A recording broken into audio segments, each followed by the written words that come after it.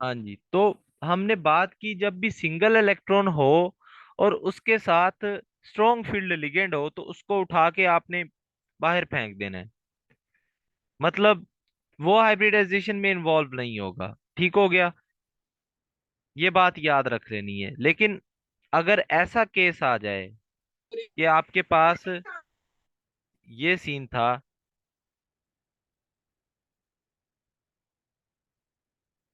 ये अब यहां पर आपने क्या करना है सर कि यहीं पे सायानाइड आ गया, स्ट्रॉन्ग फील्ड लिगेंड है, सायानाइड क्या करेगा, उठा उठा के पेयरिंग करवा देगा।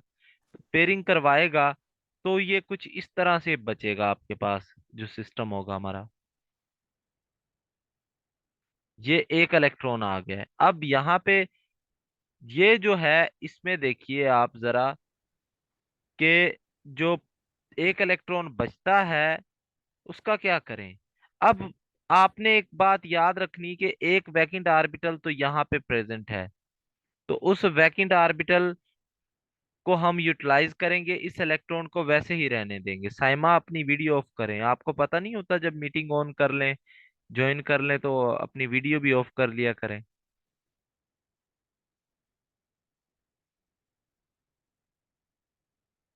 साइमा, आपको मैं रिमूव कर रहा हूँ। अच्छा जी, तो ये बात कर रहे थे हम, सारी डिस्टरबेंस काज कर देते हैं आप। तो देखें, ये आपके पास होता है बेसिकली सिनेरियो सारा कि एक इलेक्ट्रॉन को वैसे ही रहने देना है और इसको यूज कर लेना है आपने, और बाकी जो होंगे वो वैसे के वैसे यूज कर सकते हैं। ठीक है, ये केस हो सकता है। फिर आप को एक्सेप्शंस की बात करें वीबीटी में, कि जैसे ये है Hg2CO, ये आपके पास थायोसाइनाइड एंड -2 इसके ऊपर है अब, और +2 इधर है क्योंकि ये ओवरऑल न्यूट्रल कॉम्प्लेक्स है। अब देखें, सिंगल Hg है तो इसकी +1 स्टेट होगी। अब एक बात आपको बता दूं कि थायोसाइनाइड जो होता है ये बल्की लिगेंड होता है। बल्की मीन ये लार्ज लिगेंड है, इसका साइज बड़ा होता है। ठीक है, होता तो ये स्ट्रॉन्ग फील्ड लिगेंड है लेकिन साइज बड़ा होने की वजह से ये पेयरिंग नहीं करवा पाता। Do not cause pairing, do not cause pairing, तो पेयरिंग नहीं करवा सकता, जिसका साइज बड़ा होगा वो पेयरिंग नहीं करवा सकता। हालांकि स्ट्रॉन्ग फील्ड लिगेंड को पेयरिंग करवानी चाहिए, लेकिन एक बात मैं आपको और बता दूं कि जिसका साइज बड़ा होता है ना, वो बड़ी आसानी से इलेक्ट्रॉन को अकोमोडेट कर सकता है, स्टेबलाइज कर सकता है आसानी से इलेक्ट्रॉन को। वो स्टेबलाइज या नेगेटिव चार्ज है तो उसको आसानी से हैंडल कर सकता है। सो जिसका साइज बड़ा होता है, सल्फर का साइज बड़ा होता है, तो ये आसानी से इलेक्ट्रॉन को स्टेबलाइज कर सकता है। तो ये बात याद रख लें आप। तो पेयरिंग नहीं करवाएगा ये, बल्कि लिगेंड जब भी होगा। तो इस केस में सर क्या होगा फिर, कोबाल्ट था 27 25, क्योंकि दो इलेक्ट्रॉन चले गए हैं इसमें, तो बस ये फिर ऐसे ही कम्प्लेक्स आपके पास बनेगा कि दो इलेक्ट्रॉन यहीं पे आ जाएंगे और एक एक इलेक्ट्रॉन इधर आ जाएगा। तो आप देख सकते हैं कि तीन इलेक्ट्रॉन ये हैं और एक S और ये P। ठीक है, यहाँ पे आपके पास तीन इलेक्ट्रॉन वैसे ही रहेंगे, इनकी पेयरिंग नहीं होगी, क्योंकि बल्कि लिगेंड जो होता है वो पेयरिंग नहीं करवाता। ये बात आपने नोट कर लेनी है। ठीक हो गया, क्योंकि यहाँ पे जो मेटल का साइज है ना वो बहुत छोटा है उसके कंपैरिजन में। दूसरी चीज हम देखते हैं, निकल, Pp, H3 ट्वाइस और क्लोरीन। अब यहाँ पे देखिए स्मॉल साइज का एटम है निकल। तो निकल जो होता है ये बल्की लिगेंड होता है, स्ट्रॉन्ग फील्ड होता है और होता भी बल्की है। तो आपको एक बात मैंने बता दी है, जब भी बल्की लिगेंड आएगा तो पेयरिंग नहीं होती। अब निकल जो होता है ना स्मॉल साइज का एटम होता है, तो निकल इसको हैंडल नहीं कर सकता। तो ये वैसे का वैसे ही उसको रहने देगा। अब सर क्या मतलब है, आप कहना क्या चाह रहे हैं, बात को समझिएगा यहाँ पे कि निकल इसको क्यों हैंडल नहीं कर पाएगा। इसकी अगर मैं आपको इलेक्ट्रॉनिक कॉन्फ़िगरेशन करके बताऊं ना निकल की, तो Ni+2 26 इलेक्ट्रॉन होते हैं इसके पास। तो इसकी इलेक्ट्रॉनिक कॉन्फ़िगरेशन ऐसे होगी, क्योंकि इसमें पेयरिंग तो नहीं होगी। अब आपको जो मेन बात बतानी वो समझनी है आपने, कि ये पेयरिंग नहीं होगी, वैसे के वैसे रहेंगे।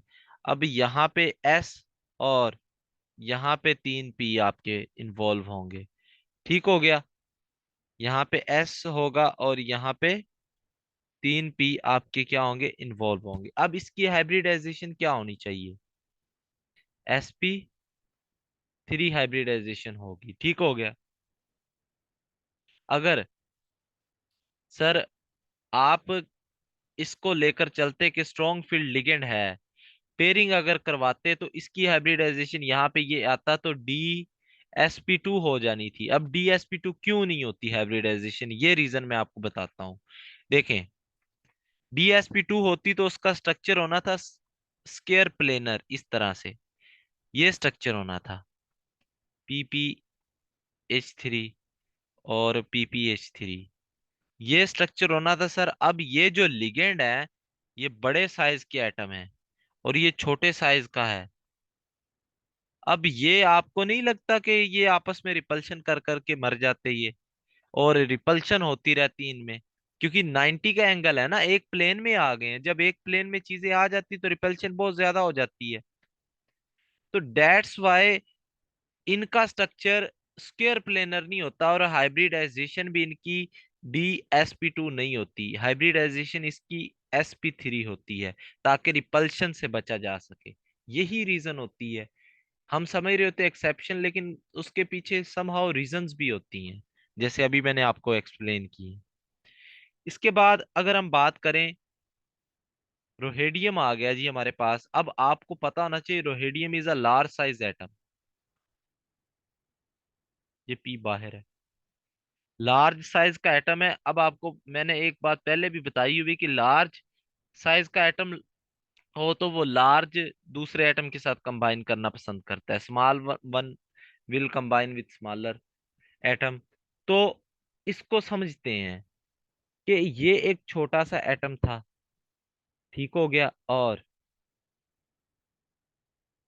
ये अगर ऐसे इतने बड़े बड़े एटम्स के साथ लग जाता तो ये तो बचता ही ना, इनके आपस की रिपल्शन बड़ी हाई हो जानी थी। तो जब भी स्मॉल साइज का एटम होगा तो स्केयर प्लेनर नहीं होगी, इवन के उसके साथ स्ट्रॉन्ग फील्ड लिगेंड लगा हुआ है। ठीक हो गया। दूसरी बात कि अगर बड़े साइज का एटम हो, अब इसके साथ लग भी गए तो सर ये बड़े साइज का एटम है, आप देखें कि अकोमोडेट कर रहा है इन्हें। Large one will accommodate bigger size atom. तो जो लार्ज मेटल एटम होता है उसके केस में स्केयर प्लेनर ज्योमेट्री होगी, स्केयर प्लेनर ज्योमेट्री होगी लार्ज वन के केस में, और वो इनको हैंडल कर लेगा इजीली। तो याद रख लें, जब भी बड़ा एटम हो और उसके साथ लिगेंड भी स्ट्रॉन्ग लगा हो, तब आपने पेयरिंग अगर हो रही है तो करवा देनी है। ठीक हो गया। तो ये कुछ लिमिटेशंस थी VBT की। और मजीद इसके ड्रॉबैक्स क्या क्या हैं, कि ये it could not explain why pairing occur in strong field ligand, और वीक फील्ड लिगेंड में क्यों पेयरिंग नहीं होती, ये इसको एक्सप्लेन नहीं कर पाती। ठीक हो गया। It could not explain colour of compounds, ये कलर ऑफ कंपाउंड्स को एक्सप्लेन नहीं करती, कंपाउंड का कलर क्या है उसको एक्सप्लेन नहीं करती। और ये ऑर्डर ऑफ लिगेंड को एक्सप्लेन नहीं कर पाती सही तरह से। जो स्पेक्ट्रोकेमिकल सीरीज इस ये देती है, ये उसको भी एक्सप्लेन नहीं कर पाती, कि उनकी स्ट्रेंथ का ऑर्डर क्या है उसको अच्छे से एक्सप्लेन नहीं करती। अब आप लोगों का जो भी सवाल है माइक ऑन करे और पूछ सकते हैं जी।